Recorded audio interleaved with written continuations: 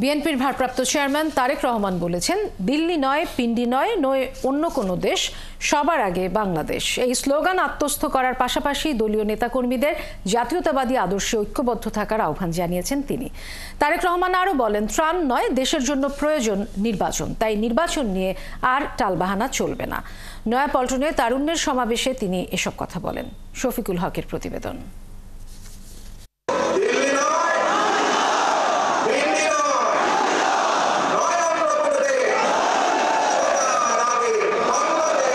তারুণ্যের রাজনৈতিক অধিকার প্রতিষ্ঠার সমাবেশ।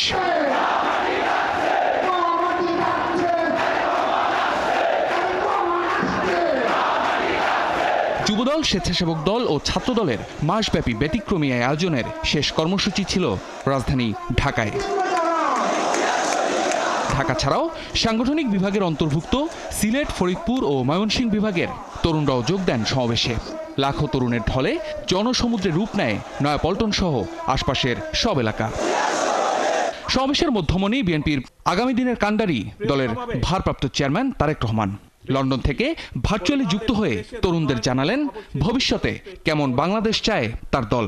জনগণের রায় বিএনপি রাষ্ট্র পরিচালনার দায়িত্ব পেলে সরকার গঠন করার প্রথম দিন থেকেই বিভিন্ন সেক্টর ভিত্তিক কর্মসংস্থান সৃষ্টির পরিকল্পনা বাস্তবায়ন হবে। যে সরকার আইনের প্রতি শ্রদ্ধাশীল নয়, তারা কতটুকু সংস্কার করতে পারবে সে প্রশ্ন তোলেন তারেক রহমান। নিরপেক্ষতাই সরকারের পুঁজি হওয়া উচিত বলেও মন্তব্য তার।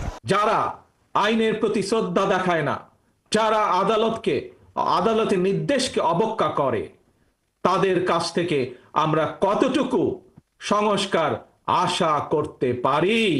আজ আমরা আবারও স্বৈরাচারী মানসিকতার বহিঃপ্রকাশ দেখতে পাচ্ছি। প্রিয় তরুণ প্রজন্মের ভাই বোনেরা, নিরপেক্ষতা এবং বিশ্বাসযোগ্যতাই কিন্তু অন্তর্বর্তীকালীন সরকারের প্রধান পুঁজি।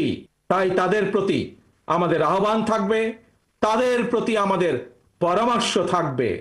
জনগণের বিশ্বাস, ভালোবাসা নষ্ট হয় অন্তর্বর্তীকালীন সরকারের এমন কোনো পদক্ষেপ নেওয়া ঠিক হবে না। ক্ষমতায় থাকতে চাইলে পদত্যাগ করে নির্বাচিত হয়ে আসার আহ্বান জানান বিএনপির এই শীর্ষ নেতা। আবারও বললেন, মানুষ জবাবদিহিমূলক সরকার দেখতে চায়। সংস্কার ইস্যুর পাশাপাশি জাতীয় নির্বাচন অনুষ্ঠানের জন্য অন্তর্বর্তীকালীন সরকারের দৃশ্যমান প্রস্তুতি নেওয়া উচিত বলে আমরা বিশ্বাস করি বা আমরা মনে করি। আগামী ডিসেম্বরের মধ্যেই জাতীয় নির্বাচন অনুষ্ঠিত হতে হবে। এ সময় তরুণ নেতাকর্মীদের নির্বাচনের প্রস্তুতি নেওয়ারও আহ্বান জানান বিএনপির ভারপ্রাপ্ত চেয়ারম্যান তারেক রহমান। আপনারা জাতীয় নির্বাচন অনুষ্ঠান যাতে অনুষ্ঠিত হয় তার প্রস্তুতি নিতে শুরু করুন।